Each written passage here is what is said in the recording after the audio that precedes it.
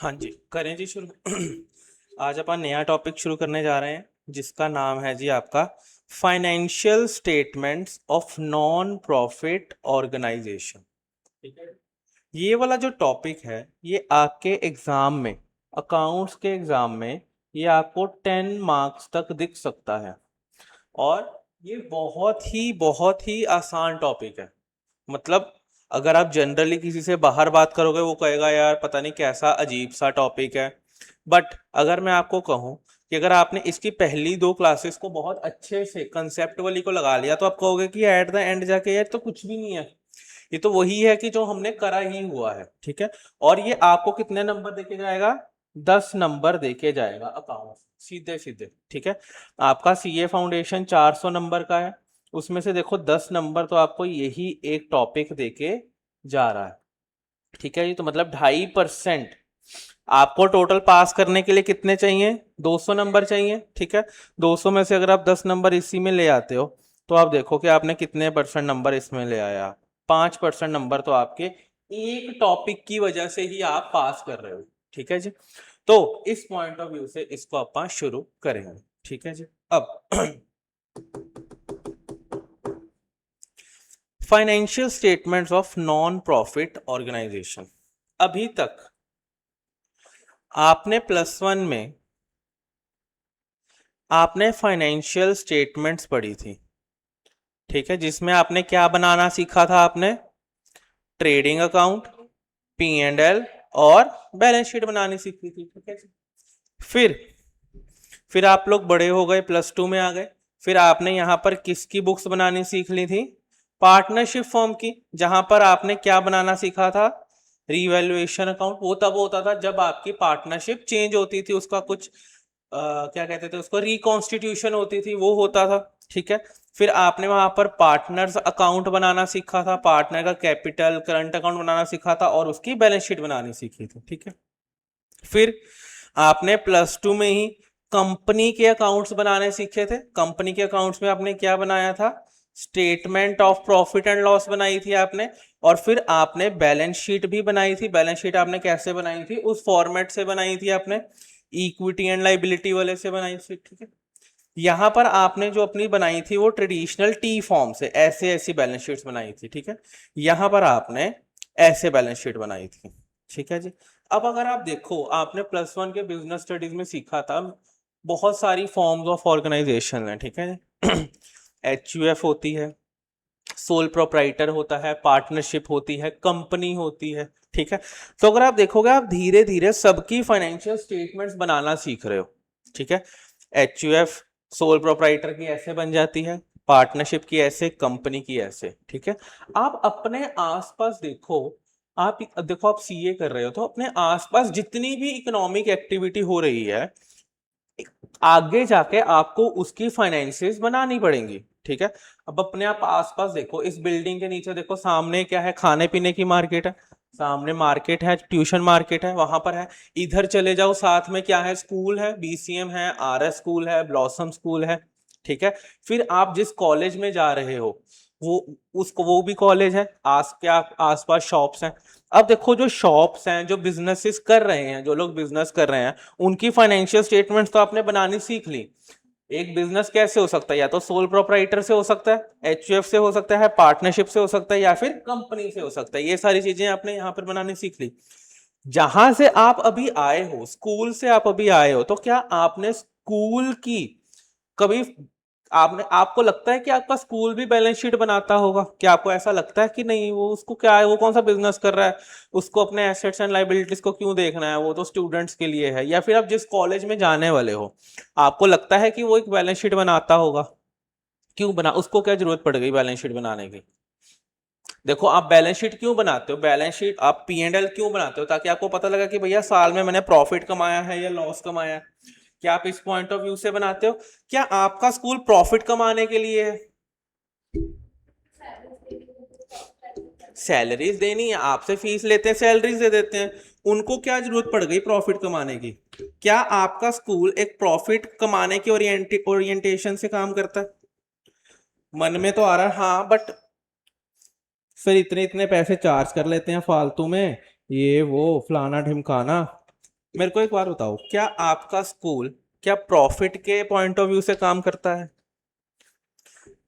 नहीं, वो नहीं करता। आप कभी स्कूल के मैनेजमेंट को जाके पूछोगे कि आप प्रॉफिट के लिए काम करते हो? नहीं, हमारा मोटिव है सिर्फ और सिर्फ एजुकेशन को प्रमोट करना, कि बच्चे पढ़ेंगे आगे जाके कुछ बनेंगे। ठीक है, उनका सिर्फ यही मोटिव है, उनको पैसे से कोई लेना देना ना ना ना, पैसा नहीं चाहिए उन्हें। ठीक है, यही है। आप किसी कॉलेज में जाते हो, अपने कॉलेज में एडमिशन करवा ली,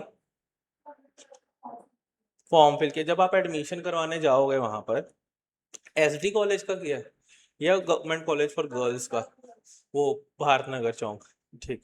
आप वहां पर एडमिशन जब आप करवाने जाओगे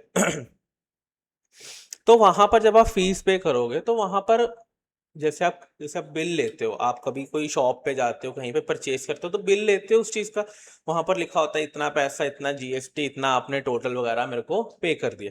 जब आप फीस पे करने जाते हो वहां पर आपको बिल नहीं देते। आपने कभी स्कूल वाले को कहा कि मेरे को बिल देना? आपने उनको सिर्फ कहा कि फीस जमा कराओ या उसकी रिसीट दे दो मेरे को। क्या आपने कभी कहा है स्कूल वाले को मेरे को बिल देना फीस जो मैंने पे करी है? ऐसा क्यों नहीं कहा? आपने ये कहा होगा फी रिसीट दे दो मेरे को, यही कहा होगा आपने। बिल कभी भी नहीं कहा। जब आप कॉलेज में जाते हो तो क्या आप उसको बोलोगे कि मेरे को बिल दे दो जो मैंने आपको पैसे जमा करवाए हैं? नहीं बोलोगे। आप कभी भी नहीं बोलोगे कि जो हमने आपको फीस जमा कराई है उसकी फी रिसीट दे दो। ठीक है, ऐसे ही होता है। अब जो कॉलेजेस, जो स्कूल्स होते हैं, इनका मोटिव पैसा कमाना नहीं है, इनका मोटिव है सिर्फ और सिर्फ आपको एजुकेशन प्रोवाइड करना। They are your not for profit organisations.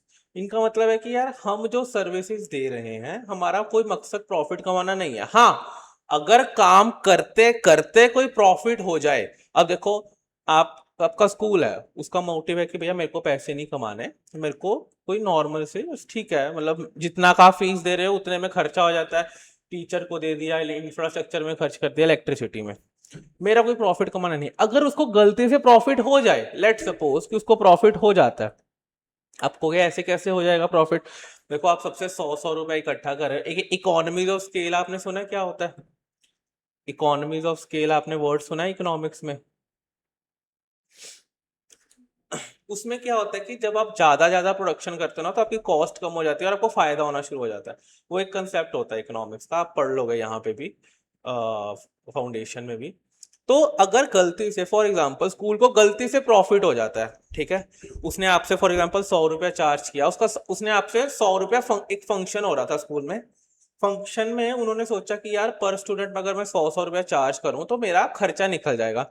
अब जब उन्होंने लास्ट में खर्चा वर्चा निकाला तो पर स्टूडेंट 90 रुपए का खर्चा है, उसने आपसे 100 रुपए लिए, आपका खर्चा कितना है? 90 रुपए। क्या उसको 10 रुपए बच गए? क्या उसका मोटिव प्रॉफिट कमाना था? उसका मोटिव प्रॉफिट कमाना तो था ही नहीं, बट उसको प्रॉफिट हो गया। तो क्या जो उसने 10 रुपए कमाए, क्या उसको आग लगा दे? क्या करे उन 10 रुपए को? तो प्रॉफिट कमाना ही नहीं था। उसको रखेंगे कि भैया कल फ्यूचर को, कल को मेरे को बिल्डिंग बनानी पड़ेगी, कल को बच्चे ज्यादा हो गए, मेरे को बिल्डिंग बनानी पड़ेगी, हो सकता है एसी लगवाने पड़ जाएंगे, ये सब फलाना। तो उसको वो अपने रिजर्व में रख लेता है कि भैया चलो कल जाके कभी फिर जरूरत पड़ी तो उसको वो रखेगा। अब balance sheet, P and L, जो आप ट्रेडिंग अकाउंट बनाया है, ये आपने पॉइंट ऑफ व्यू से बनाया कि भैया प्रॉफिट कमाने से। ये नॉन प्रॉफिट ऑर्गेनाइजेशन की अपन बात कर रहे हैं। नॉन प्रॉफिट ऑर्गेनाइजेशन कौन सी होती हैं? आपका स्कूल, जिस कॉलेज में आप जाओगे वो, आपने यहाँ पे लोधी क्लब का नाम सुना है? सतलुज क्लब का? क्लब्स, क्लब्स वो वाले क्लब्स नहीं जो आप सोच रहे हो, नाचने गाने वाले पीने खाने वाले क्लब्स की बात नहीं मैं कर रहा। एक नॉर्मल ना स्पोर्ट्स क्लब्स भी तो होते हैं, कि जहां पर आप जाके स्पोर्ट्स खेल लो शाम को। अब जैसे आजकल जो बहुत सारी सोसाइटीज डेवलप हो रही हैं, जो भी नई रियल एस्टेट डेवलप हो रही है, तो वो क्या करते हैं कि जो भी एक जैसे कॉलोनी बनी तो उसको सोसाइटी बना देते हैं। उनका क्या मतलब होता है कि हर महीने ना हर सारे लोग 500 500 रुपए डालेंगे, हमें सोसाइटी को मेंटेन करेंगे। जैसे पार्क्स होते हैं, कहते हैं ना कि भैया इस पार्क को मेंटेन करना सारी सोसाइटी का काम है। तो वो लोग क्या करते हैं, वो कहते हैं कि यार अब देखो हम जिस एरिया में रहते हैं तो वहां पे ना हर महीने हर घर से वो लोग 500 रुपया लेते हैं, ठीक है। उससे क्या कहते हैं, सड़कें साफ रखते हैं, जो पार्क में कुछ साफ सफाई रखते हैं, कल को कुछ पार्क में कुछ करवाना है, मतलब ऐसा कुछ डेवलपमेंट करवानी है या कुछ करवाना है, कई बार जैसे हमारे वहाँ पे वॉचमैन बैठता है, ठीक है, तो वो सारी चीजों का खर्चा निकलता है उधर से। अब जो वो स्ट्रक्चर बना है, अब वो जो स्ट्रक्चर बनाया है जहां पे सब 500 रुपए डाल रहे हैं, किसके अकाउंट में 500 डालेंगे? एक एंटिटी तो बनानी पड़ेगी। अगर मैं आगे लगाऊं तो मैं थोड़ी कहूंगा कि मेरे अकाउंट में 500 रुपए डालो, मैं क्यों अपने अकाउंट में लूं? तो एक अलग से एंटिटी बना देते हैं उसको। वो क्या होती है, उसको बोलते हैं सोसाइटी, क्लब्स। तो उनसे, उन सारी चीजों से क्या होता है, क्लब्स में क्या होता है कि आपके स्पोर्ट्स की एक्टिविटी होती है। जैसे यहाँ पे लुधियाना में सतलुज क्लब बहुत फेमस है, एक लोधी क्लब बहुत फेमस है, वहां पे स्विमिंग पूल है, आपको कोई गेम खेलनी है आप जा सकते हो, प्रोवाइडेड दैट आप उसके मेंबर हो। कोई भी नहीं जा सकता, आपको उस क्लब का मेंबर होना पड़ेगा। क्लब वो वाले नहीं, नाचने गाने वाले नहीं, जो नॉर्मल क्लब्स होते हैं। अगर आप देखोगे आज इधर सर्च करके लोधी क्लब, सतलुज क्लब, ये सारे अगर आप क्लब्स देखोगे, इधर एक रोटरी क्लब है। तो ये सारे क्लब्स क्या होते हैं कि यहाँ पे लोग मेंबरशिप बन जाते हैं। शाम को कभी स्पोर्ट्स खेलनी है, स्विमिंग करनी है, कुछ खाने पीने जाना है, तो आप वहां पे जा सकते हो। वहां पे अंदर रेस्टोरेंट भी बना हुआ है, ठीक है। तो ये सारे जो भी मैंने आपको क्लब्स की एग्जांपल दी, स्कूल्स की दी, कॉलेजेस की दी, ये सब क्या है, आपके नॉन प्रॉफिट ऑर्गेनाइजेशंस हैं, ठीक है। इनका मकसद प्रॉफिट कमाना नहीं है। इनका मकसद सिर्फ ये है कि जो इनके मेंबर्स हैं, जैसे आप स्टूडेंट्स हो, जैसे सोसाइटीज क्लब्स के मेंबर हैं, इनको सर्व करना। हाँ, इनको सर्व करते करते कोई प्रॉफिट हो जाए तो वो ठीक है, वो अलग बात है। अब जब इनका मकसद प्रॉफिट कमाना नहीं है, इनका मकसद कुछ नहीं है, तो आपने सुना होगा स्कूल में ट्रस्टीज होते हैं, ट्रस्ट्स होते हैं, ट्रस्टीज होते हैं कि नहीं? जब भी कोई आपका स्कूल का फंक्शन होता है, मैनेजमेंट वाले ट्रस्टी वगैरह आते हैं, तो वो लोग क्या होते हैं, वो स्कूल को फंड करते हैं। कल को कमी पड़ गई, कुछ पड़ गया, जब उनको, उन्होंने पैसा लगाना है स्कूल में, उनको एक साल के बाद ये तो पता लगेगा ना कि भैया स्कूल कर क्या रहा है, कितना पैसा कमा रहा है, कितना उसको फीस आ रही है, कितना खर्चा कर रहा है, कितना मेरे को कंट्रीब्यूट करना है, मोस्ट ऑफ द पैसा कहाँ जा रहा है। क्या ये सारी चीजें उनको जाननी होगी? उन सारी चीजें जानने के लिए एक नॉन प्रॉफिट ऑर्गेनाइजेशन भी एक अपने फाइनेंशियल स्टेटमेंट्स बनाती है। प्रॉफिट कमाना मोटिव नहीं है, सिर्फ फाइनेंशियल स्टेटमेंट्स बनानी है, ताकि जो उनके मेंबर्स हैं, जो उनके यूजर्स हैं, उनको पता लगे कि अच्छा, इस क्लब ने या फिर इस कंपनी या फिर इस सोसाइटी ने या फिर इस स्कूल ने कितना पैसा कमाया, कितना कम पड़ गया, कितना ज्यादा पड़ गया। ये सारी चीजें जानने के लिए प्रॉफिट कमाना मोटिव नहीं है, सिर्फ और सिर्फ ये जानना है कि भैया कितना आया, कितना गया, ठीक है जी। अब जो अपन ये टॉपिक शुरू करने जा रहे हैं, इसका नाम क्या है? Financial statements of non profit organisation. Financial statements बनानी पड़ेंगी, बट जैसे अपन traditionally trading account, P&L account बनाते हैं, अब इनका थोड़ा सा नाम चेंज हो गया, ठीक है। जैसे आपको स्कूल में एक तरह से आपको एडमिशन, जैसे बहुत बड़े बड़े स्कूल होते हैं, वहां पे एडमिशन नहीं होती बच्चों की, ठीक है। तो वैसे नॉर्मली अगर आपको कोई अपना काम करवाना है, तो आपका क्या कहते हैं कि आपको उसको ब्राइब दे देते हैं, ठीक है, जो कि इलीगल है, ठीक है। आप उसको क्या कहते थे कि ब्राइब दे देते, ब्राइब दे रहे हैं, ठीक है, ऐसा होता है तभी काम होता है, ठीक है, अगर बात करें। अब स्कूल में उसको ब्राइब नहीं कहते, उसको क्या कहते हैं? डोनेशन। क्या आपने कभी सुना? आपने डोनेशन नहीं सुना? ऐसा ऐसा होता है ना, उन्होंने कहा ना कि यार डोनेशन दे दी तो हमारी एडमिशन हो गई, हो गई। अब देखो, एक नॉर्मल वर्ल्ड में उस चीज को क्या बोला गया? अब देखो, है तो वही चीज कि आपने सामने वाले को पैसे दिए कि यार मेरा काम करा दे, उसको अपना ने क्या बोल दिया? ब्राइब। जब मैं स्कूल को या किसी और चीज को दे रहा हूं तो मैंने उसको डोनेशन कह दिया। क्या कंसेप्ट सेम ही है, बट नाम चेंज हो गया। नॉर्मली उसको ब्राइब कह दिया, उसको क्या कह दिया हमने? डोनेशन कह दिया। ऐसा होता है, कब कहते हैं कि यार डोनेशन दे दो काम हो जाएगा, ठीक है। अब ऐसे ही जैसे आप trading account, P&L account, balance sheet बनाते हो, वैसे ही आप ये तीन चीजें बनाओगे। कहां पर बनाओगे? नॉन प्रॉफिट ऑर्गेनाइजेशन के लिए बनाओगे, बट थोड़े थोड़े नाम चेंज हो जाएंगे, ठीक है जी। ओके, हो गई बात। अब अगर आप यहां पर देखोगे financial statements of non profit organisation में, सबसे पहले वो क्या बोल रहा है? एंटिटी। सबसे पहले कहता है नॉन प्रॉफिट ऑर्गेनाइजेशन है क्या, इसको आप क्या बोलेंगे? NPO, non profit organisation. Non profit organisation में क्या कहता है? कहता है entity that is operated for the benefit of society, not for the benefit of its owner. अब आपके स्कूल में ट्रस्टीज होते हैं, जो लोग पैसा लगाते हैं। अब क्या स्कूल उनके लिए काम कर रहा है? स्कूल तो आप बच्चों के लिए काम कर रहा है ना, एज अ सोसाइटी के लिए काम कर रहा है। वो तो सोसाइटी को कह रहा है कि भैया मेरे को सोसाइटी में ना एजुकेशन देनी है ताकि बच्चे बड़े होकर अपने पैरों पर खड़े हो सकें। क्या वो अपने ट्रस्टीज के लिए काम कर रहा है? नहीं काम कर रहा। अब बड़े बड़े स्कूल, बड़े बड़े हॉस्पिटल्स, हॉस्पिटल्स भी यही है। आपने लुधियाना का सबसे बड़ा हॉस्पिटल कौन सा है? डीएमसी, सीएमसी, वो भी एक ट्रस्ट है। उनका मोटिव भी पैसा कमाना नहीं है, ठीक है जी। अगर आप कभी वहां पे देखोगे तो उनका मोटिव भी पैसा कमाना नहीं है डीएमसी का।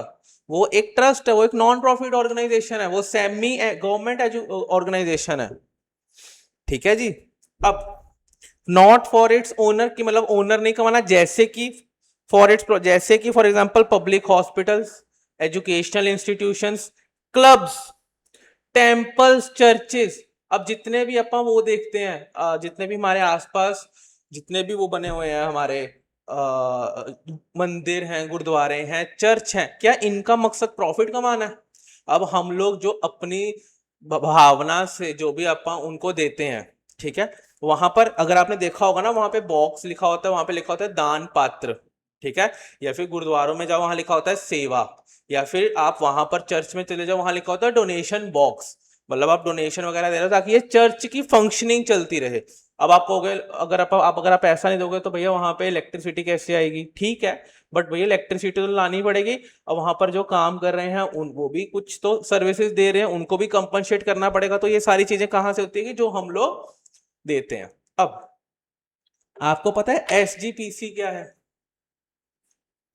जितने भी मोस्टली पंजाब में गुरुद्वारे हैं ना, they are governed from the Golden Temple, ठीक है। तो गोल्डन टेम्पल में एक ऑर्गेनाइजेशन है एसजीपीसी। मतलब जितने गुरुद्वारे आप देखते हो पंजाब में, दे आर उनका एक head, that is their headquarter, that is Golden Temple. वहां पे गोल्डन टेम्पल में कमेटी है जिसका नाम है एसजीपीसी, श्रोमणी गुरुद्वारा प्रबंधक कमेटी। क्या नाम है? एसजीपीसी।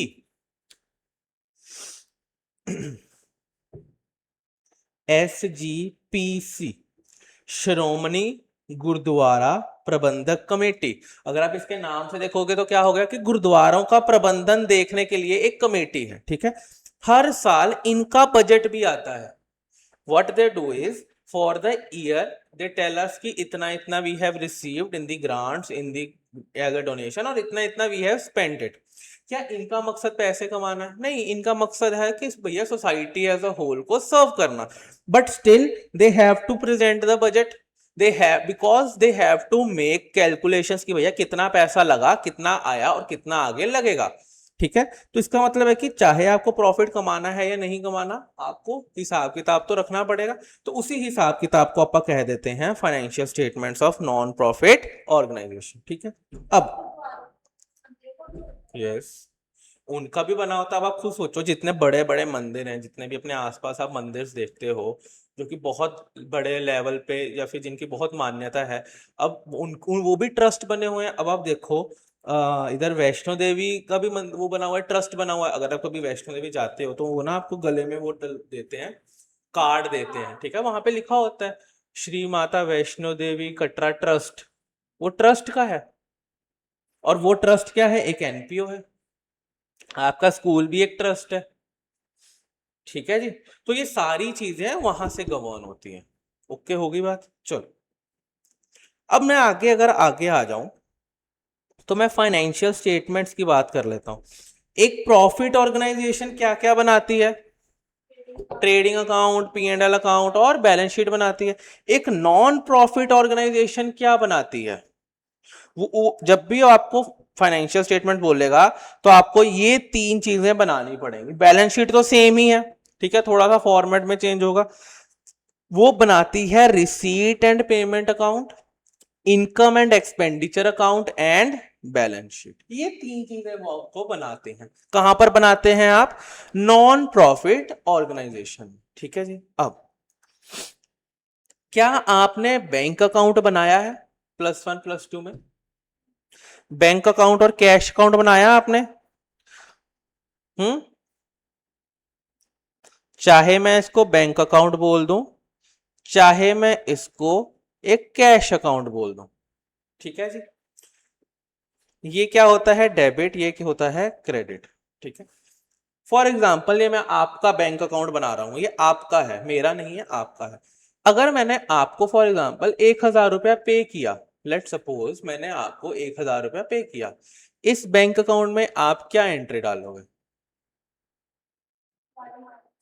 हम्म, एंट्री बताइए। 2 - डालोगे आप एंट्री। ठीक है, बैंक 2 - की एंट्री डालोगे आप। किस तरफ आएगी, डेबिट साइड आएगी कि क्रेडिट साइड आएगी? डेबिट। तो आप यहां पर क्या डाल दोगे, 2 - 1,000। आपने यहां पर 1,000 क्यों डाला? क्योंकि आपको ये रिसीव हुआ है। क्या आप ये कह सकते हो कि ये मेरे को रिसीव हुए हैं पैसे? इसका मतलब है कि जो आपको पैसे रिसीव होंगे, क्या वो आप इसके डेबिट साइड में डालोगे? कोई प्रॉब्लम तो नहीं है। आपने किसी को 500 रुपया पे किया, लेट सपोज आपने एक्स को 500 रुपया पे किया, आप क्या एंट्री डालोगे? X to bank. इस अकाउंट में क्या एंट्री डालोगे? बाय एक्स 500 रुपए। तो इसका मतलब है कि जब भी आप पेमेंट करोगे तो आप यहां पर एंट्री डालोगे। कोई प्रॉब्लम तो नहीं है आपको? क्या यही एक बैंक अकाउंट की नेचर होती थी? ओके हो गया, कोई दिक्कत तो नहीं है। अब जब आपने, यही आपके बैंक अकाउंट की नेचर है कि रिसीव यहां पर आता है और पेमेंट यहां पर आता है। ये हम किसके बुक्स में बनाते थे? जो कि एक प्रॉफिट ऑर्गेनाइजेशन थी। क्योंकि अभी तक जितने भी आपने फाइनेंशियल स्टेटमेंट, जितने भी आपने अकाउंट्स बनाए हैं, वो एक प्रॉफिट ऑर्गेनाइजेशन के लिए बनाए हैं। ठीक है, कोई प्रॉब्लम तो नहीं है। अगर अब मैं एक नॉन प्रॉफिट ऑर्गेनाइजेशन के लिए एक रिसीट एंड पेमेंट अकाउंट सबसे पहले बनाऊंगा। ठीक है, ये रिसीट एंड पेमेंट अकाउंट पता है क्या है? ये बैंक अकाउंट ही है, इसका नाम चेंज कर दिया। मैंने आपको क्या कहा था? प्रॉफिट में जैसे ब्राइब होता है और यहां पर डोनेशन होता है, वैसे ही अगर आप यहां पे देखोगे चीजें सारी सेम है, बस थोड़े थोड़े नाम बदल दिए। ठीक है जी। अब आप एक प्रॉफिट ऑर्गेनाइजेशन में क्या बनाते हो? बैंक अकाउंट और कैश अकाउंट बनाते हो। यहां पर आप बनाओगे रिसीट एंड पेमेंट अकाउंट। याद कैसे रखना है इसको? जितनी भी आपने रिसीव आती हैं वो क्या पहले आती हैं, डेबिट साइड आती हैं, और पेमेंट्स आपने कहा इधर आती हैं। तो यहां पे भी रिसीट एंड पेमेंट अकाउंट, जितनी भी एक एनपीओ को, नॉन प्रॉफिट ऑर्गेनाइजेशन को जो भी पैसा आएगा वो सारा इधर लिखोगे, और अगर कोई पैसा जा रहा है तो वो आप इधर लिखोगे। अगर कोई पैसा आ रहा है आप इधर लिखोगे, अगर कोई पैसा जा रहा है तो आप इधर लिखोगे। ठीक है जी। ये रिसीट एंड पेमेंट अकाउंट क्या हो गया? आपका कैश अकाउंट ही है ये। ठीक है जी। फिर अगर आप रिसीट एंड पेमेंट अकाउंट का फॉर्मेट देखोगे, यहां पर क्या है? सबसे पहले आपका जो बैंक अकाउंट होता है, क्या यहां पर अगर पिछले साल का कोई बैलेंस पड़ा तो क्या यहां पर आप बैलेंस ब्रॉड डाउन करते हो? और यहां करते हो इस तरफ ब्रॉड डाउन करते हो कि इस तरफ ब्रॉड डाउन करते हो? डेबिट साइड करते हैं क्योंकि ये एसेट होता है तो इस तरफ करते हो। और जब इसका ईयर क्लोज होता है तो क्या आप बाय बैलेंस कैरी डाउन इस तरफ लिखते हो?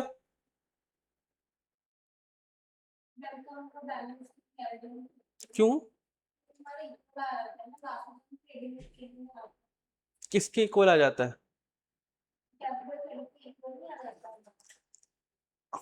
नहीं, कैसे इक्वल आएगा? देखो आपने यहां पर बैलेंस, आप कहते हो कि हम यहां पर कैरी डाउन नहीं करते, बट आप कह रहे हो कि ब्रॉड डाउन तो होता है। अगर इस साल का कुछ ब्रॉड डाउन है तो पिछले साल का कैरी डाउन होगा कि नहीं? ठीक है। फिर ऐसा हो सकता है कि बिजनेस खत्म हुआ हो और 31 मार्च को आपके पास कोई कैश ही ना पड़ा हो।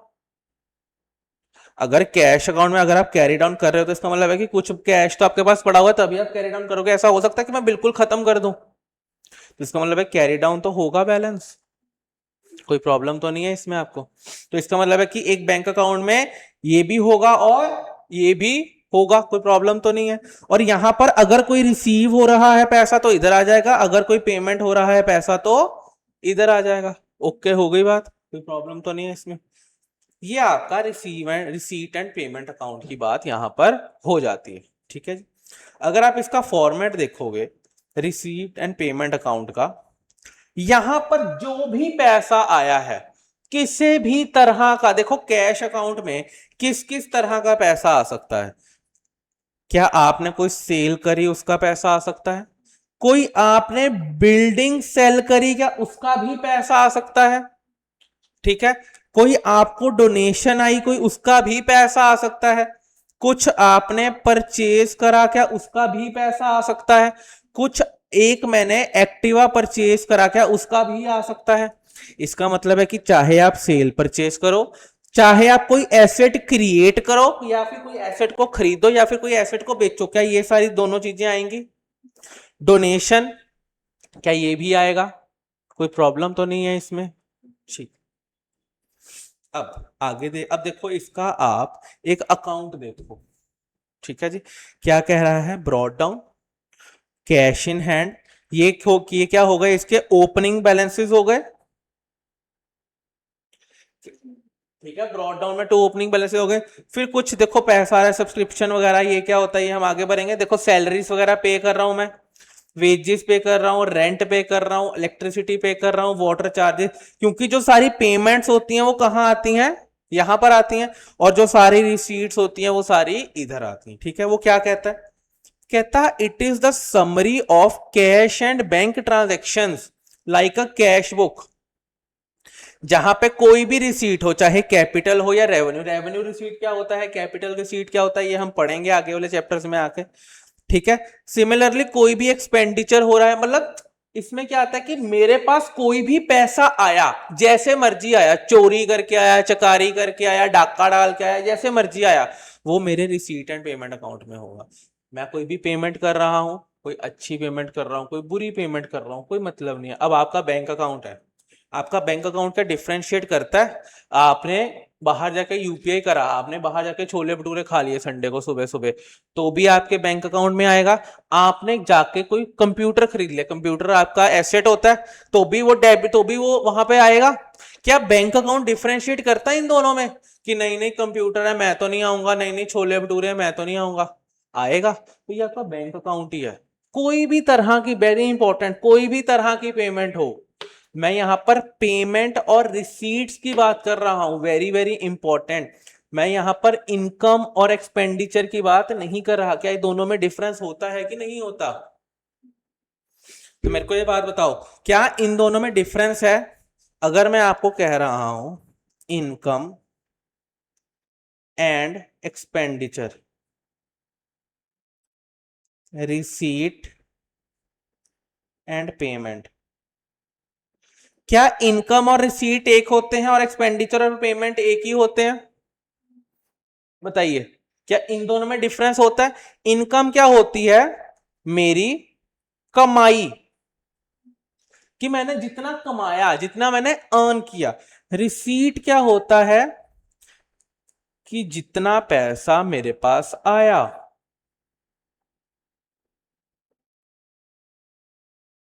आप कहोगे सर आप जितना कमाओगे उतना ही पैसा आपके पास आएगा ना, ये क्या फालतू की बातें हैं। 1/4/2025 से लेकर 31/3/2026 तक मैंने सेल करी है ऑफ गुड्स ₹1 लाख, मैंने इतने की क्या करी है, सेल करी है। पर डेटर ने मेरे को अभी तक सिर्फ और सिर्फ 80,000 ही दिए हैं। बताइए, क्या मैंने सेल करी है 1 लाख रुपए की क्रेडिट पर, उधार पर सेल करी हुई है, और इस दौरान मेरे को क्रेडिटर ने सिर्फ 80,000 दिए हैं, 20,000 नहीं दिए। इसमें से मेरी इनकम कितनी है, what is my income, income income, और रिसीट क्या है, इनकम होता है मैंने कितना कमाया। तो आपकी इसमें से कमाई क्या है, 1 लाख, क्या ये आपकी इनकम है। मेरी रिसीट क्या है, रिसीट क्या है मेरी 80,000। 20,000 को मैं क्या कह दूंगा, इसको मैं डेटर्स में क्या दिखा दूंगा, बैलेंस शीट में, कि भैया 20,000 रुपया मेरे को लेना है अभी तक। क्या यहां तक ओके हो गया। तो इसका मतलब है कि जो मेरी इनकम है और जो मेरी रिसीट है, क्या ये दोनों डिफरेंट है। जो मेरा रिसीट एंड पेमेंट अकाउंट बन रहा है उसमें 1 लाख आएगा कि 80,000 आएगा? 80,000 आएगा, क्योंकि रिसीट एंड पेमेंट अकाउंट क्या है? Bank account. आपका बैंक अकाउंट क्या रिफ्लेक्ट करेगा? 1 लाख रिफ्लेक्ट करेगा कि 80,000 रिफ्लेक्ट करेगा? 80,000। तो आपके रिसीट एंड पेमेंट अकाउंट में कितना आ जाएगा? 80,000। बहुत ही सिंपल बैंक अकाउंट है, सिंपल है, बस एक नाम चेंज कर दिया रिसीट एंड पेमेंट अकाउंट का। ठीक है जी। अब कहता it starts with the opening cash and bank balance and also ends with their closing balance. ऐसे ही होता है, balance brought down, balance carry down. कहता this account is actually not a part of double entry system as it includes all the cash and bank receipts whether they are related to present, future और past. ये वाला जो part है ये आपके true and false के लिए बहुत इंपॉर्टेंट है। आपको पूछ सकता है क्या जो आपका रिसीट एंड पेमेंट अकाउंट है क्या आपके डबल एंट्री सिस्टम का पार्ट है या नहीं? It is a part, true और फॉल्स। तो आप क्या लिखोगे? फॉल्स, क्योंकि इसमें क्या आता है? सारे कैश और bank balances whether they are related to present, past और फ्यूचर पीरियड्स। आप यहां पर इसको लिख के ये चलोगे। ठीक है। नेक्स्ट कहता सरप्लस और deficit for an accounting period can not be ascertained from this account since it shows only the cash and non cash। Surplus या डेफिसिट क्या होता है हम ये आगे पढ़ेंगे। ठीक है जी। अब मेरे को एक बात बताओ आप जब भी अपना ट्रेडिंग अकाउंट और पीएनएल अकाउंट वगैरह बनाते थे तो पीएनएल अकाउंट में से क्या निकलता होता था? निकलता था नेट प्रॉफिट या फिर नेट लॉस। एक ट्रेडिंग अकाउंट के लिए यही नहीं, एक जो प्रॉफिट कमाना चाहती है उसके लिए या तो नेट प्रॉफिट होगा या नेट लॉस होगा। एक एनपीओ है जिसका जिसका मकसद ही प्रॉफिट कमाना नहीं है, जब उसकी फाइनेंशियल स्टेटमेंट्स बनाएंगे क्या उसमें से भी नेट प्रॉफिट और नेट लॉस निकलेगा? वो कहे वो पैसा ऊपर या नीचे तो हो सकता है, बट उनके वहां नेट प्रॉफिट को बोला जाता है सरप्लस, कि मैंने इतना ज्यादा एक्स्ट्रा कमाया। एक प्रॉफिट ऑर्गेनाइजेशन में जब आप ज्यादा कमाते हो तो उसको प्रॉफिट कह देते हैं, बट एक नॉन प्रॉफिट ऑर्गेनाइजेशन में जब आप ज्यादा पैसा कमाते हो उसको सरप्लस कह दिया जाता है। क्या कह दिया जाता है? सरप्लस। और एक नॉन प्रॉफिट ऑर्गेनाइजेशन में जब आप ज्यादा पैसा खर्च कर देते हो तो उसको बोला जाता है डेफिसिट। सरप्लस का मतलब समझते हो क्या होता है? क्या? एक्स्ट्रा। अब आप देखो कई बार बोला होगा कि इंडिया के पास सरप्लस इलेक्ट्रिसिटी है। सरप्लस का क्या मतलब है? कि जितना चाहिए उससे ज्यादा। डेफिसिट का क्या मतलब होता है? कमी पड़ जाना। अब आपका लॉस क्या होता है? कि एक तरह से सेल की कमी ना, जितना आपने खर्च किया है, जितना आपने खर्च किया उतने आपकी कमाई कम है, उसी को नेट लॉस कहते हैं। और डेफिसिट का भी क्या मतलब होता है? कम। डेफिसिट मतलब कमी पड़ जाना। तो इसीलिए आपके जो नेट प्रॉफिट और लॉस, नेट प्रॉफिट को मैं सरप्लस कह देता हूं और नेट लॉस को मैं क्या कह देता हूं? डेफिसिट। ठीक है जी। कोई प्रॉब्लम तो नहीं है इसमें आपको? नहीं, हाँ वो आगे आएगा कहां से निकलेगा क्या। रिसीट एंड पेमेंट अकाउंट से तो निकल नहीं सकता ये, क्योंकि वहां पर तो मैं कैश एंड बैंक देख रहा हूं। ये इनकम एंड एक्सपेंडिचर का होता है। मैंने सिर्फ आपको ये बता दिया कि इसका नेट प्रॉफिट सरप्लस और इसका नेट लॉस डेफिसिट। ये रिसीट एंड पेमेंट अकाउंट से नहीं निकलता, क्योंकि रिसीट एंड पेमेंट अकाउंट से क्या निकलता है? सिर्फ ओपनिंग कैश का बैलेंस और क्लोजिंग कैश का बैलेंस। ठीक है जी। तो यहां पे मैंने क्या कह दिया? सरप्लस। कहता जो सरप्लस और डेफिसिट है ना वो इस अकाउंट से असर्टेन नहीं होता। वो कहां से असर्टेन? क्योंकि इसमें तो सारा कैश एंड बैंक का बैलेंस है। ठीक है। अब कैसे नहीं से होता? सेल्स रुपीस, एग्जाम्पल आपने सेल करी है ₹1,00,000 की। ठीक है जी। Received from debtor ₹80,000। परचेज करी है आपने 85,000 की। Payment to creditor 70,000।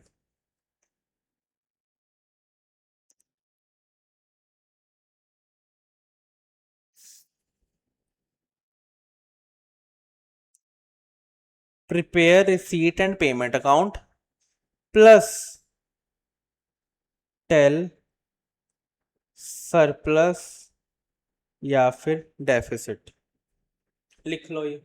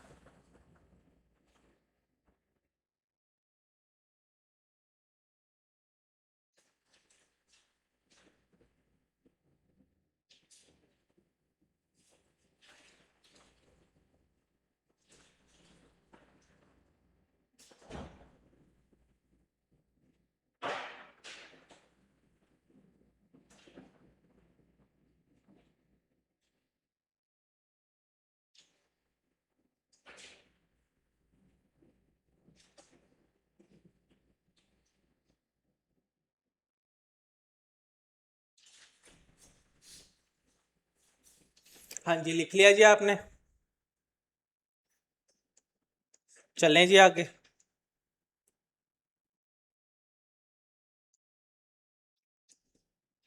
अब क्या आप मेरे को यहाँ पर रिसीट एंड पेमेंट अकाउंट बना के बता सकते हो कैसे बनेगा रिसीट एंड पेमेंट अकाउंट?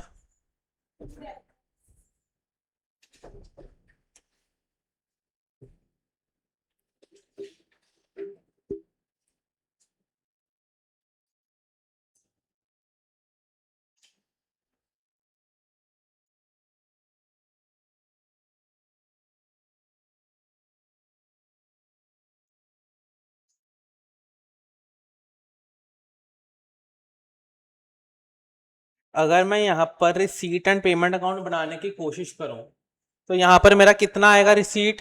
क्या कहाँ पे आएगा? टू। यहाँ पे कैसे आएगा? पर्टिकुलर अमाउंट, पर्टिकुलर, जो कि नॉर्मल एक अकाउंट में होता ही है।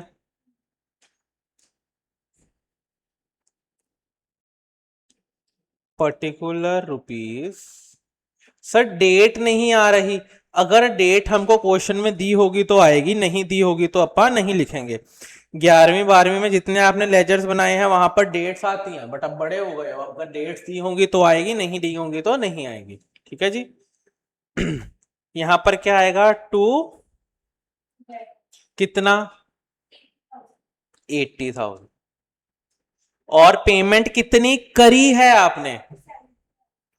Bye creditor. आपने कितनी पेमेंट करी है? 70,000। तो और यहां पर मैं लास्ट में क्या लिख सकता हूं? By balance carried down 10,000। बताइए, हो गया जी आपका? क्या ये आपका रिसीट एंड पेमेंट अकाउंट बन गया? अब जब मैंने आपको पूछा surplus, very very important, surplus और डेफिसिट कभी भी रिसीट एंड पेमेंट अकाउंट से नहीं आएगा, नहीं आएगा। सरप्लस या डेफिसिट कहां से आता है? कमाई में से और खर्चे में से। क्या यही मतलब होता है? कमाई ज्यादा होनी खर्चों से तो क्या होगा मेरा? अगर मेरी कमाई ज्यादा है खर्चों से तो क्या होगा मेरा? सरप्लस। और अगर मेरे खर्चे ज्यादा हैं कमाई से तो क्या होगा? डेफिसिट होगा।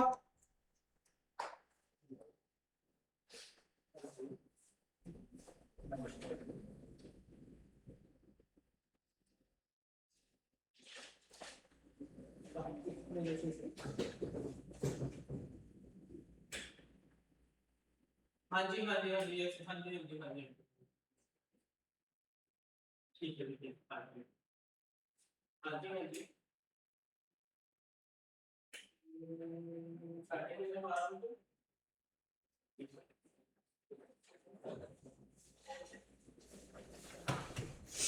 अगर मेरे को मेरा सरप्लस देखना है, सरप्लस क्या होता है कि मेरी जब कमाई ज्यादा होती है किससे, खर्चा। मेरे को इसका हिंदी नहीं आता तो मैंने खर्चा इंग्लिश में लिख दिया। व्हेन माय कमाई इज मोर देन दी खर्चा। तो मेरे को बताओ क्या है सरप्लस होता है। क्या आप मेरे को इसमें मेरी कमाई बता सकते हो, इस एग्जाम्पल में मेरी कमाई कितनी है, 30,000 की। मैं कमाई पूछ रहा हूं, कमाई। मेरी कमाई 1 लाख की है। कमाई का क्या मतलब होता है कि जितना मैंने सेल वगैरह करी है, ठीक है, मेरी इनकम कितनी है, वो कितनी है मेरी 1 लाख। तो मैं यहां पर 1 लाख लिख देता हूं। मेरा वो कितना है, खर्चा कितना है, वेरी वेरी इंपॉर्टेंट, मेरा खर्चा कितना है 85। सर पर मैंने तो 70,000 ही पेमेंट करी है, आप इसको खर्चा क्यों नहीं मान रहे। भैया 15,000 आगे जाके भी तो पे करना पड़ेगा ना। अगर आपने 85 का लिया है तो 70 अभी पे किया है, 15 आगे जाके भी तो पे करना पड़ेगा। 15 से बच तो नहीं सकते। और आप कहोगे सर हमने तो 80,000 ही आया है, आपने 1 लाख क्यों ले लिया। भैया 80,000 आ गया, 20,000 रह गया। तो आपकी कमाई कितनी है 1 लाख और खर्चा कितना है 85,000। तो क्या मैं कह सकता हूं कि मेरा सरप्लस कितना आ गया 15,000। This is my surplus. ठीक है जी, ओके हो गई बात। क्या आपको receipt and payment account okay हो गया। ठीक है जी चलो।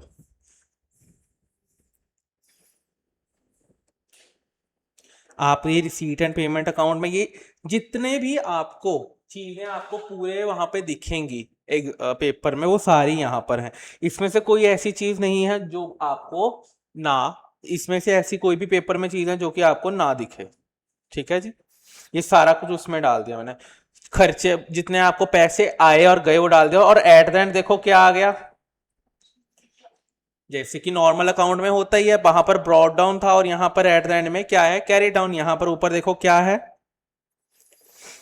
ब्रॉड डाउन, और यहां पर एंड में क्या है कैरी डाउन। ऐसे ही होता है।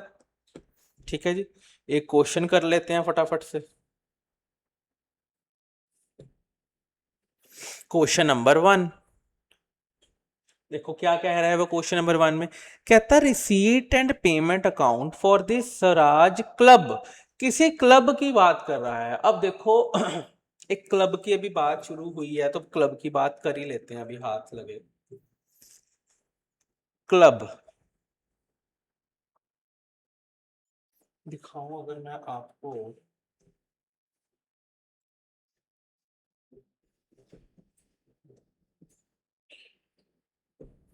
ये सतलुज क्लब है जो लुधियाना में है। ठीक है, वहां का ये सतलुज क्लब है। क्या वहां पे दिख रहा है पूरा अच्छी तरह से। यस। अब अगर सतलुज क्लब में आपकी आपने पिक्चरें देख के सीरियलें देख के आपकी क्लब की इमेज बनी हुई है, नाचने गाने पीने खाने वाली, है ना, वही इमेज बनी हुई है आपकी, है ना। बट ये दूसरा क्लब है। ठीक है, वो होते हैं आपके, उनको बोला जाता है आपके डिस्को, या फिर आपके उनको क्या एक और अच्छा सा वर्ड यूज होता है जो हमने मुंबई में सीखा था इन क्लब्स के लिए। बट ये वाला क्लब अगर आप देखोगे तो क्या है, सतलुज क्लब है इसका नाम। देखो यहाँ पर क्या क्या आ रहा है, कहाँ पे है, ये लुधियाना में है। ये मैं इसकी वेबसाइट भी खोल लेता हूँ। ये लुधियाना का सबसे एलीट क्लब है। इसकी अगर आपको मेंबरशिप लेनी है ना तो वो है 20 लाख रुपए की। You have to pay 20 lakhs to get its membership. आप ऐसे ही मेंबर नहीं बन सकते। वन टाइम लाइफ टाइम है आपके लिए कि 20 लाख रुपया पे कर दिया, अब आप जब मर्जी यहां पर जा सकते हो। ठीक है, देखो कब स्टैब्लिश हुआ था 1884 में। और देखो यहां पर क्या क्या है, देखो ये लॉन टेनिस का कोर्ट बना हुआ है। यहाँ पर जो मेंबर्स हैं वो यहाँ देखो, यहाँ पे लॉन टेनिस खेल रहे हैं लोग, टेनिस कोर्ट है, किड्स प्ले एरिया है, और इसका जो कन्वीनर होता है पता है कौन होता है? वो होता है लुधियाना का डीसी। जो भी डीसी होगा वो इसका हेड होगा। आज के टाइम पे लुधियाना के डीसी का नाम है हिमांशु जैन। देखो Himanshu Jain IAS DC and president Sutlej Club. इस सतलुज क्लब का मैंने ऑडिट किया हुआ है। जिस जिस सीए के पास मैं काम करता था उसके पास ये सतलुज क्लब था। तो जब भी हम इसके ऑडिट करने जाते थे हम वहां पर बैठ के लंच करते थे और अच्छे से खा के पी के आते थे। ठीक है जी। अब आगे आ जाता हूँ। देखो ये सब कुछ बना हुआ है क्लब में। देखो यहाँ पर क्या है, रेस्टोरेंट भी है। रेस्टोरेंट है यहाँ पर अंदर, यहाँ पे बैठ के खाना। रेस्टोरेंट बार है, देखो लॉन है, कल को कोई फंक्शन वंक्शन होता है वो सब यहाँ पर होता है। लोहड़ी सेलिब्रेशन, ये देखो ये सारा कुछ यहाँ पर होता है। क्लब में देखो कौन कौन है, हिमांशु जैन कौन है, ये डीसी है, प्रेसिडेंट जो भी होगा वो सारा यहाँ पर, जो भी डीसी होगा ये सतलुज क्लब है। अब देखो यहाँ पर अमेनिटीज, मेंबर एंगेजमेंट, देखो मेंबर्स हैं इसके सारे। ठीक है, मेंबरशिप। अगर आपको इसका मेंबर बनना है कल को, अगर आप लुधियाना में बैठकर अगर आप बहुत ज्यादा करते हो, देखो यहाँ पे कैटेगरीज ऑफ मेंबर है। सबसे पहले जनरल मेंबरशिप 8 लाख रुपए आपको ये देने पड़ेंगे, प्लस जीएसटी जितना भी 28% जीएसटी होगा इस पे। तो क्योंकि अब तो 5 या 28 ही रह गया, 2 जीएसटी रह गए, तो इस पे 28% का जीएसटी होगा। तो देख लो 8 लाख पर 28%, 10 लाख के आसपास बात जाके बनती है। ठीक है जी। फिर अगर आप डॉक्टर हो, आप इंजीनियर हो, सीए हो, ये सब हो, तो आपको इतना 5 लाख 30 हजार। जितने लुधियाना में एलीट सीए हैं वो सारे इसके मेंबर हैं। ठीक है जी। फिर आगे जाके अगर आप गेजेटेड ऑफिसर हो, ठीक है, गेजेटेड ऑफिसर जैसे कि अगर आप सरकारी, एक होता है ना जो ग्रीन पेन से साइन कर सकते हैं लोग, होते हैं ना जैसे एमबीबीएस डॉक्टर, तो उनके लिए इतनी है। प्रोसीजर कैसा है, और इस पर 20 साल की आई थिंक वेटिंग चल रही है मेंबर बनने में, कि आपको कैसे कैसे मेंबर बन सकते हो। कॉर्पोरेट मेंबर 20 लाख रुपए, देखो अगर किसी कंपनी ने मेंबर बनना है जाके। तो ये सारी क्या है, ये मेंबरशिप फीस दिख रही है आपको। अगर कल को कोई सतलुज क्लब में मेंबर बनता है और वो 8 लाख 20 लाख रुपए जाके देता है, तो क्या सतलुज क्लब अपने रिसीट एंड पेमेंट अकाउंट में इसकी एंट्री डालेगा कि नहीं डालेगा? डालेगा। ये है मेंबरशिप फीस। फिर कई बार क्या होता है, अब आप मेंबर बन गए, अब इसका मेंबर बनने का क्या फायदा होता है? अगर कल को मेरे को स्विमिंग करने जाना है ना, तो मैं वहां पर अपना स्लॉट बुक करूंगा कि मेरे को इतने से इतने स्विमिंग करने जाना है। ठीक है, फॉर एग्जाम्पल अगर उसके पूल में एक टाइम पे 10 जने स्विम कर सकते हैं ना, तो मेरा नंबर वहां पे फिक्स हो गया। ठीक है, कि ये बंदा आएगा यहाँ पे स्विमिंग करने और कोई पैसा नहीं लगेगा। ये जो 8 लाख 20 लाख दिया ये सब इसी के लिए होता है, ये लाइफ टाइम होती है ये सारी चीजें। ठीक है, कल को लोहड़ी सेलिब्रेशन हो रही है, कुछ होता है, तो वो 500 1000 रुपए एक्स्ट्रा कहते हैं कि चलो यार आप कंट्रीब्यूट कर दो, अपन ने ये फंक्शन करना है।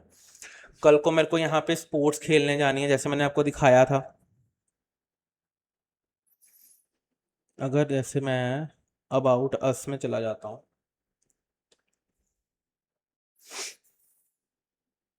कि कब शुरू हुआ था, 1884 में शुरू हुआ था मिशन, ये वो फलाना ढिमकाना। इसके होम पेज पे आ जाता हूँ, इवेंट्स वगैरह। अब जो आईसीआई भी है, that is also a non profit organisation. ICI जहाँ पे आप सीए करते हैं, देखो यहाँ पर ये स्विमिंग हो रही है, यहाँ पे जिम भी है। अगर मैंने इसकी मेंबरशिप ले ली तो मेरे को जिम की फीस भरने की जरूरत ही नहीं है, मैं यहीं पे चला जाऊंगा जिम। यहाँ पे देखो ये लॉन टेनिस का बना हुआ, अगर कल को मेरे को लॉन टेनिस खेलना है तो मैं ये वाला कोर्ट बुक करा सकता हूँ, बिकॉज कि मेंबर हूँ यार मैं उसका, मैं क्यों नहीं करवा सकता? एक तरह से ये मेरी प्रॉपर्टी हो गई अब। हाँ, मैं ये नहीं कह सकता कि कोई मेंबर वहां पे खेल रहा है मैं कहूँगा चल भाग यहाँ से, मेरे को खेलना है। आपको वो बुक करा के जाना पड़ेगा, वो क्योंकि वो भी तो मेंबर है ना। तो ये सारी चीजें देखो, समर कैंप शुरू हो रहा है देखो यहाँ पे। ठीक है, फिर समर कैंप, सतलुज क्लब का, व्लॉगर्स, ये सब देखो, ये सारी चीजें यहाँ पे इवेंट्स होते रहते हैं। ठीक है जी, आपको ओके हो गई ये बात? तो ये देखो, अब ये सतलुज क्लब है। अब एक सतलुज क्लब में कितने तरह की रिसीट्स हो सकती हैं? बहुत तरह की रिसीट्स हो सकती हैं। ठीक है, एक मेंबर ने एक मेंबरशिप फीस पे करी, ठीक है, मेरे को बहुत तरह की रिसीट्स हो सकता है कि जो एज अ सतलुज क्लब मैंने कहीं पर इन्वेस्टमेंट करी हुई, मेरे पास बहुत पैसा इकट्ठा हो गया था, मैंने इन्वेस्टमेंट कर दी, हो सकता है वहां से इनकम आती हो इंटरेस्ट की। जब मैं खर्चा करूंगा, अब देखो एक क्लब का खर्चा क्या क्या हो सकता है। जो मैंने आपको स्विमिंग दिखाया, क्या आपको लगता है कि स्विमिंग पूल को मेंटेन करने की कोई जरूरत नहीं होगी? क्लोरीन डलता होगा। जो लॉन टेनिस मैंने आपको दिखाया, वहां पे लॉन टेनिस की बॉल्स वगैरह वो सब मेंटेन करना पड़ेगा, वो खरीदना पड़ेगा उसको। तो ये सारे खर्चे हैं कि नहीं है उसके? क्या ये उसकी जेब से पैसा जा रहा है कि नहीं जा रहा? ये सारी चीजें होती हैं उसके। तो ये जो पैसा उसकी जेब से जा रहा है, क्या उसकी रिसीट एंड पेमेंट अकाउंट में आएगा कि नहीं आएगा? ये किसी को पेमेंट कर रहा है बॉल्स खरीदने की, क्या वो पैसा आएगा वहां पर? आएगा। तो ये सारी चीजें कहां पर आपकी आ जाएंगी? रिसीट एंड पेमेंट अकाउंट में। अगर आप रिसीट एंड पेमेंट अकाउंट देखोगे तो subscription, admission fees, entrance fees, life membership, annual membership. अब जो मैंने आपको 20 लाख, 8 लाख, 10 लाख दिखाया, वो क्या है? उसकी लाइफ मेंबरशिप है। आपने इतना पैसा पे कर दिया, अब आप जिंदगी के लिए मेंबर। बट साथ में ये भी है कि हर साल के 2,000 रुपए आपको एक्स्ट्रा देने पड़ेंगे। एनुअल मेंबरशिप, रिन्यूअल फीस, ये सब। अब अगर कोई मेंबर आज बनता है तो 20 लाख रुपया क्या उसके रिसीट एंड पेमेंट अकाउंट में आएगा, और एनुअल मेंबर्स की जो फीस है वो भी आएगी। अब जैसे हम आईसीआई के मेंबर हैं, मेरे को हर साल आईसीएआई को 17 ना 3,1500, कितना हो गया? 4500 प्लस 5%। मेरे को कम से कम 6,000 रुपया आईसीआई को हर साल देना पड़ता है मेंबर रहने के लिए। इसका मतलब ये नहीं कि अगर मैं 6,000 रुपया दूंगा तो मेरी डिग्री नहीं खत्म हो जाएगी। ठीक है, मैं सीए तो रहूंगा, बट एक मेंबरशिप रखने के लिए भी मेरे को हर साल आईसीआई को 6,000 रुपया देना पड़ता है। ठीक है जी। ये अब आप आगे जाके फाइनल में पढ़ोगे कि क्यों देना है, किस चीज के लिए देना है, नहीं दोगे तो क्या हो जाएगा, ये सब आप आगे पढ़ोगे। ठीक है, तो ऐसे ही आईसीआई। अब डोनेशंस, स्पेसिफिक डोनेशंस, जैसे कि आप आईसीआई भवन गए लुधियाना वाले कभी? नहीं गए। अब जब आप आईसीआई भवन जाओगे ना लुधियाना वाले, जो पखोवाल रोड पे है, वहां पे ना ऑडिटोरियम बना हुआ है। ऑडिटोरियम मतलब जहाँ पे सारे फंक्शन है, स्टेज, कुर्सियां लगी होती हैं। ऑडिटोरियम होता है ना स्कूल का, वो बना हुआ। वो बनाया गया है मेरे दोस्त के फादर ने, मतलब मेरा दोस्त सीए है, उसके फादर भी सीए हैं। उन्होंने बनवाया था वो। क्यों?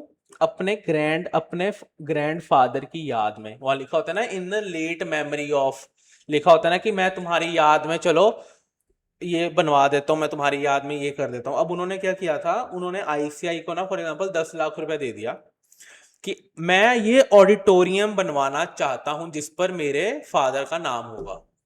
ठीक है, ये हो गई स्पेसिफिक डोनेशन। मैंने उसको बताया है कि जो मैं तुमको 10 लाख रुपया दे रहा हूं वो इस पर्पस के लिए यूज होना चाहिए। अब जैसे आपके घर वाले आपको पैसे देते हैं कि ये ले 2,000 रुपया, जाके ये काम कराओ। ठीक है, तो वो आपको पता है कि इस 2,000 से मेरे को ये काम करना। अगर कुछ पैसा बच गया तो वो आपकी जेब में। एक होता है आपके घर वाले आपको महीने का फॉर एग्जाम्पल 1,000 रुपया पॉकेट मनी देते हैं कि चल ठीक है अपना खर्चा वर्चा कर लियो, कहीं आना जाना खा पी लियो, ये सब कुछ है। तो वो क्या हो गया, 1,000 रुपये उन्होंने कह दिया कि चल ठीक है यार जनरली ले ले, कोई बात नहीं, कोई टेंशन नहीं है, तेरी मर्जी जहां पे खर्च करना है। पर एक उन्होंने आपको दिया 2,000 रुपया कि ये काम करके आना। फॉर एग्जाम्पल आपके घर वालों ने आपको फीस दी, ठीक है, उन्होंने कहा ये जाके जमा करवा देना, ठीक है, कॉलेज में। आपने वो स्पेसिफिक आपको बता दिया गया कि इस काम के लिए है। फॉर एग्जाम्पल उन्होंने आपको 10,000 रुपए दिए, ठीक है, कॉलेज वालों ने आपसे 9,500 ही लिए। ठीक है, उन्होंने तो 10,000 आपको स्पेसिफिकली डोनेशन दिया था कि जाके तुम ये काम करो, उसमें से सिर्फ 9,500 ही यूज हुए, तो 500 रुपये आपकी क्या हो गया, आपका पैसा बच गया। एक होता है कि उन्होंने आपको वैसे ही महीने के 2-3 हजार रुपए दे दिए, उन्होंने कहा यार चल कोई बात नहीं, वो क्या होती है आपकी जनरल डोनेशन, कि चल कोई बात नहीं, जनरली आपको 2,000 रुपये मिले, आपने महीने में सिर्फ 1,900 ही खर्च किए, तो बाकी का 100 रुपये आपका क्या हो गया, पैसा बच गया ना आपका। तो ये चीजें होती है। तो there can be 2 types of donations. ठीक है जी, कोई दिक्कत तो नहीं है आपको? चल सकते हैं आगे? चलो जी, आज आप ज्यादा फोकस इसके कंसेप्ट पे, क्योंकि अगर आपको कंसेप्ट इसका बहुत अच्छे से आ गया ना, फिर आप कहोगे सर इससे बेकार चैप्टर कोई नहीं है। अगर कंसेप्ट नहीं आया तो इससे मुश्किल चैप्टर कोई नहीं। ठीक है जी, अभी तक आपको कोई दिक्कत आ रही है? बस ऐसे ही धीरे धीरे करके आप इस चैप्टर को खत्म कर लेंगे।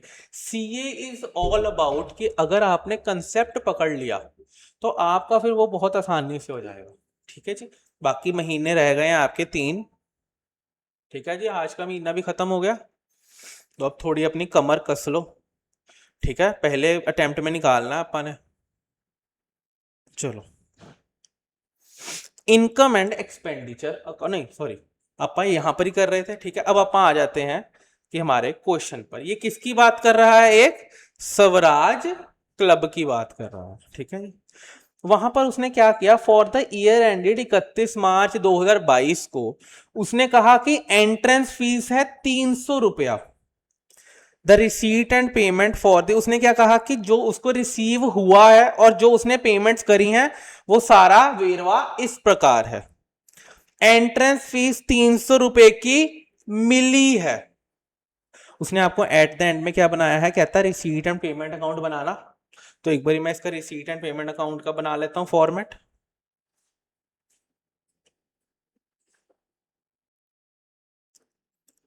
क्वेश्चन नंबर 1,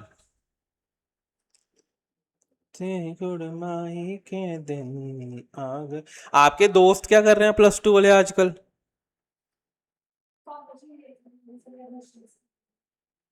लुधियाना में?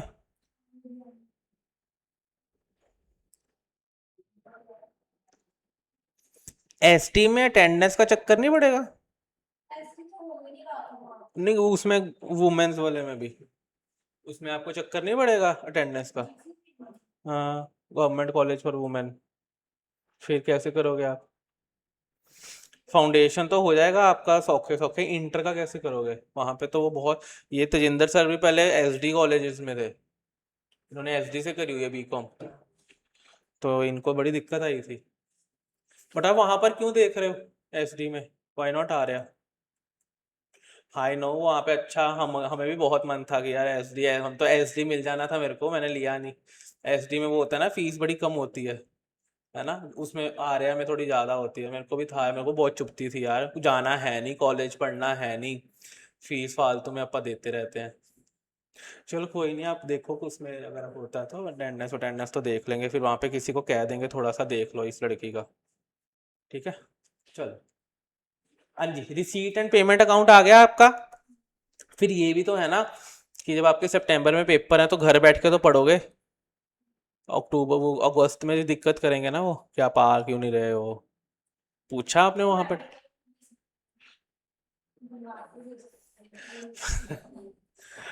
आप 1 महीने का दे दोगे, उसके बाद क्या करोगे? फिर वो क्या करोगे उसका? चाहे आप जैसे मर्जी पढ़ोगे, बट आपको टाइम तो चाहिए बैठना। ये तो आप ये तो नहीं एक्सपेक्ट कर सकते कि मैं सारा दिन कॉलेज लगा के आऊं, फिर आके पढूं खुद से घर से। वो भी तो दिक्कत है आपको। तो इसका थोड़ा सा देख लेना, या तो एसडी गवर्नमेंट में देख ला, कुछ जान पहचान हो पाती है तो। एसडी में नहीं हो रहा था कुछ?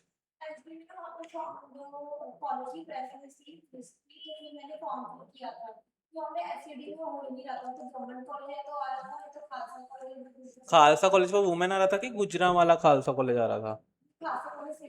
सिविल। इसकी कितनी फीस है गवर्नमेंट कॉलेज की फॉर गर्ल्स? इसको एक बार पूछ के आना कि इसकी कितनी फीस है, एक बार कॉल करके पूछ लेना बीकॉम की कि एक सेम की क्या फीस है। ठीक है, फिर देखते हैं कि कुछ कर सकते हैं क्या। ठीक है, चलो। ये रिसीट एंड पेमेंट अकाउंट आ गया आपका। अब मेरे को एक बात बताओ, उसने आपको क्या बोला था? एंट्रेंस फीस, आपको क्या लगता है कि ये पैसा आया है कि गया है? ये पैसा आया होगा। कितना? 300। अगर ये पैसा आया है तो क्या मैं यहां पर ऐसे, अच्छा, फिर ये सबके बाद उसने क्या बोला था, कैश इन हैंड 1 अप्रैल को कितना है, और 1 ही अप्रैल और 1 अप्रैल, और ये तो कैश इन हैंड की बात कर रहा है, कहता 1 अप्रैल को 200 था, और 31 मार्च को कितना था? कैश एट बैंक 1 अप्रैल को कितना था, और 31 मार्च को? जो आप पहले कैश अकाउंट और बैंक अकाउंट अलग अलग बनाते थे ना, अब ये मिक्सचर है उनका। अब जो जो रिसीट एंड पेमेंट अकाउंट है ना, ये मिक्स है उसका। तो जब भी मैं रिसीट एंड पेमेंट अकाउंट शुरू करूंगा तो सबसे पहले क्या मेरे को यहाँ पर टू बैलेंस ब्रॉड डाउन नहीं लिख देना चाहिए? To balance brought down. Hello, hello,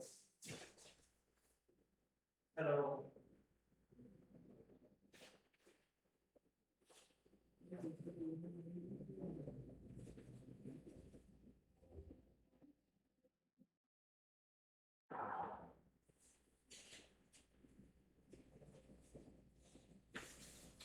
to balance brought down cash, कितना कैश है मेरे पास बैलेंस ब्रॉट डाउन में? कैश इन हैंड 200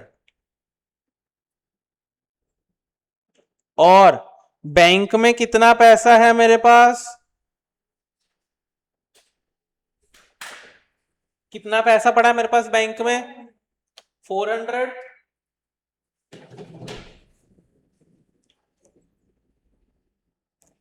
ओके हो गया बैलेंस ब्रॉट डाउन। अब मैं आगे आ जाता हूं, बड़े ध्यान से। जब भी आपको रिसीट एंड पेमेंट अकाउंट शुरू करना है ना, तो सबसे आपको पहले टू बैलेंस ब्रॉट डाउन और ये सब सारी चीजें लिखनी है। ठीक है जी, टू बैलेंस ब्रॉट डाउन हो गया। आगे और इसमें कैसे शुरू करूं अब मैं? एंट्रेंस फीस कितनी दी गई है मेरे को?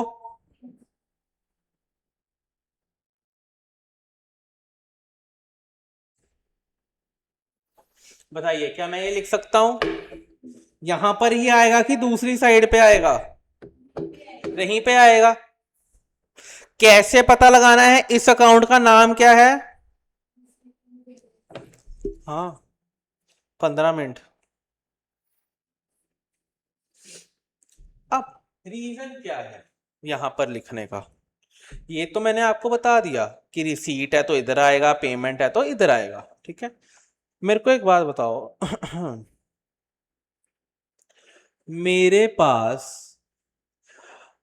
एंट्रेंस फीस आई, मैं नॉर्मली क्या एंट्री डालता हूँ? रिसीट एंड पेमेंट छोड़ दो, मैं क्या एंट्री डालता होता हूँ? अगर मेरे पास पैसा आ रहा है तो मैं क्या एंट्री डालता हूँ? रिसीट एंड पेमेंट का मतलब है ना कि पैसा आ रहा है। अगर मेरे पास पैसा आ रहा है तो मैं क्या एंट्री डालता था? Bank account debit to entrance fees, क्या मैं ये डालता हूं? अब मैंने आपको कहा there is nothing like bank account, तो बैंक अकाउंट की जगह क्या आ गया? And payment. Receipt and payment debit हो गया और टू एंट्रेंस क्रेडिट हो गया। अगर आप यहां पर देखोगे तो यहां पे भी तो मैं यही कर रहा हूं, टू एंट्रेंस फीस 300। ठीक है जी, ये आपका बैंक अकाउंट ही है, इसको पहचानो, ये बैंक अकाउंट ही है। मुझे पहचानो, मैं हूं कौन? मैं हूं बैंक अकाउंट। ठीक है, बस नाम चेंज है। ठीक है जी, टू एंट्रेंस फीस आ गया। आगे चल लेते हैं। आगे क्या है? Membership fees 3000। आपको क्या लगता है कि ये पैसा आया होगा कि गया होगा? आया होगा। To membership 3000।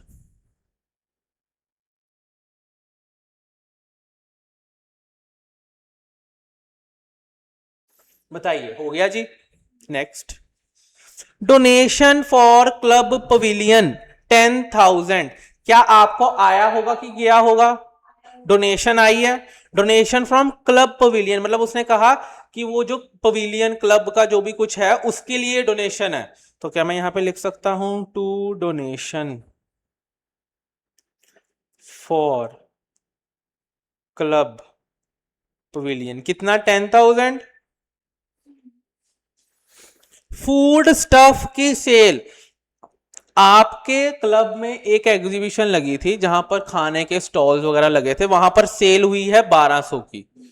तो अब मेरे को बताओ, क्या ये आपने पैसा आया होगा कि गया होगा? पैसा आया होगा क्लब को। ठीक है, वहां पे फूड स्टॉल लगे थे। तो टू फूड स्टफ सेल कितना? 1200। सैलरीज एंड वेजेस 1200, ये पैसा आया होगा कि गया होगा? ये पैसा गया होगा। आपने क्या दिया होगा? सैलरीज एंड वेजेस पे करी होंगी। तो क्या मैं यहां पर बाय सैलरीज एंड वेजेस, क्या मैं यहां पे 1200 लिख सकता हूं? Yes. Purchase of food stuff, आपने आपने यहां पर फूड स्टफ की सेल करी थी। तो भैया फूड ऐसे थोड़ी बन जाता है, मसाले चाहिए, मैदा चाहिए, गंदा तेल चाहिए, सब कुछ चाहिए तभी फूड बनेगा। गोलगप्पे के लिए गंदा पानी चाहिए, सब कुछ चाहिए कि नहीं? तो यहां पर कितना आ जाएगा? तो ये पैसा आया है कि गया है? बाय फूड स्टफ परचेज कितना था? 800। और ये पेमेंट है तो यहां पर आ जाएगा। कंस्ट्रक्शन ऑफ क्लब पवेलियन, तो ये पैसा जा रहा है मेरे पास से।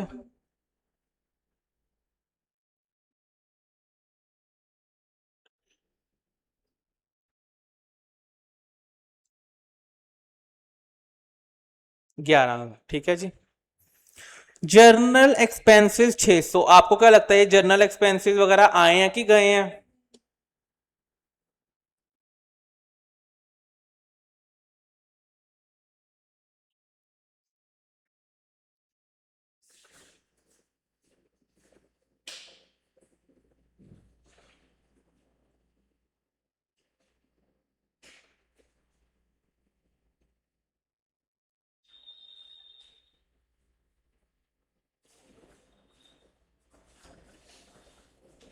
जर्नल एक्सपेंसेस चले गए। अब आगे रेंट्स एंड टैक्सेस 400, क्या ये गया होगा?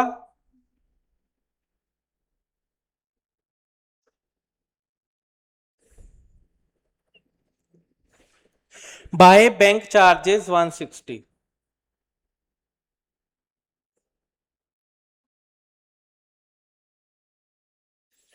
और कुछ, और कुछ आएगा?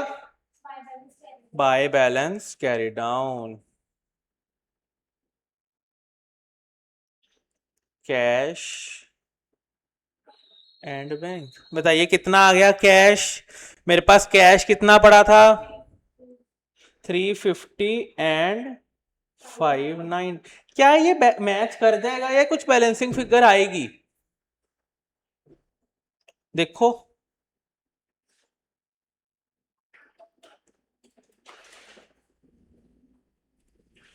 करिए मैच, करिए इस अकाउंट को, देखो होता है मैच कि नहीं होता।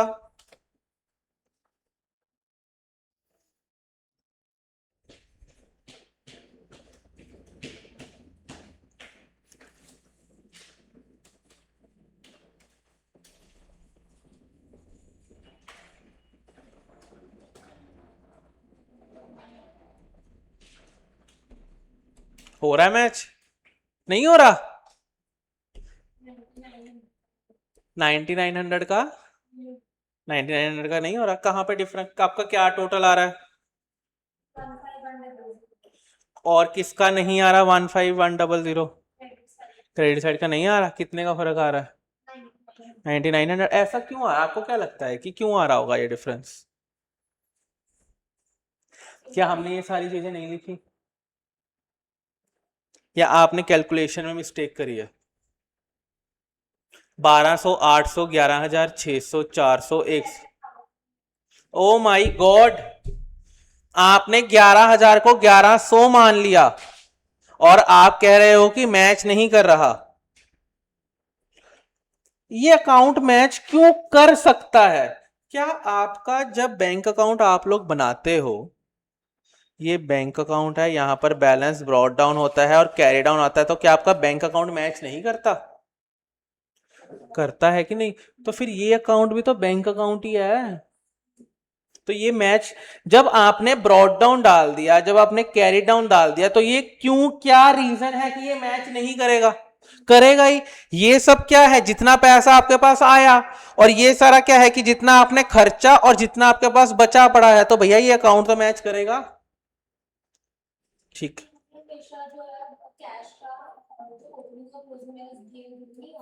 यस। कई बार हो सकता है आपको ये ना दिया हो, तो फिर ये क्या आ जाएगा, आपका बैलेंसिंग फिगर आ जाएगा। हो सकता है आपको कई बार, क्योंकि ये तो बहुत ही सिंपलेस्ट क्वेश्चन था जो मैंने आज आपको करवाया है। मैं नहीं कहता कि ये आएगा ही, ऐसा कभी भी नहीं होगा कि ये ऐसा ही क्वेश्चन आए, बट मैं सिर्फ आपको ये कह रहा हूं कि ऐसा क्वेश्चन आपको दिख सकता, मतलब this was only for your base building, कि आपको रिसीट एंड पेमेंट अकाउंट से थोड़ा थोड़ा जानू करवाने के लिए ये था आपके लिए।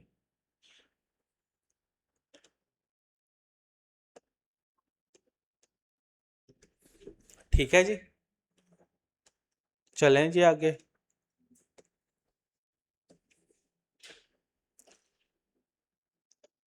ठीक है जी, आज आप यहीं तक पढ़ेंगे। आप अगली क्लास में शुरू करेंगे जी हमारा एक्रूअल वाली चीजें, आउटस्टैंडिंग, ये सारी चीजें आप अगली क्लास में शुरू करेंगे। क्या आपको यहाँ तक तो कोई दिक्कत नहीं आ रही? ठीक है जी, रिसीट एंड पेमेंट हो गया, आपको as a NPO as a concept समझ में आ गया क्या है? ठीक है जी। आपका टेस्ट है इन्वेंट्री, डेप्रिसिएशन और सोल प्रोप्राइटर जितना हो गया। सोल प्रोप्राइटर का दो जितना आपने कर लिया है नॉन मैन्युफैक्चरिंग वाला, ठीक है? कब देना आपको? ट्यूसडे कि कल की ट्यूसडे ट्यूसडे, ठीक है। तो आपका सोल प्रोप्राइटर जितना हो गया है नॉन मैन्युफैक्चरिंग, मैन्युफैक्चरिंग का काउंट नहीं, सिर्फ नॉन मैन्युफैक्चरिंग, ठीक है जी। थैंक यू वेरी मच, मिलते हैं जी नेक्स्ट क्लास में।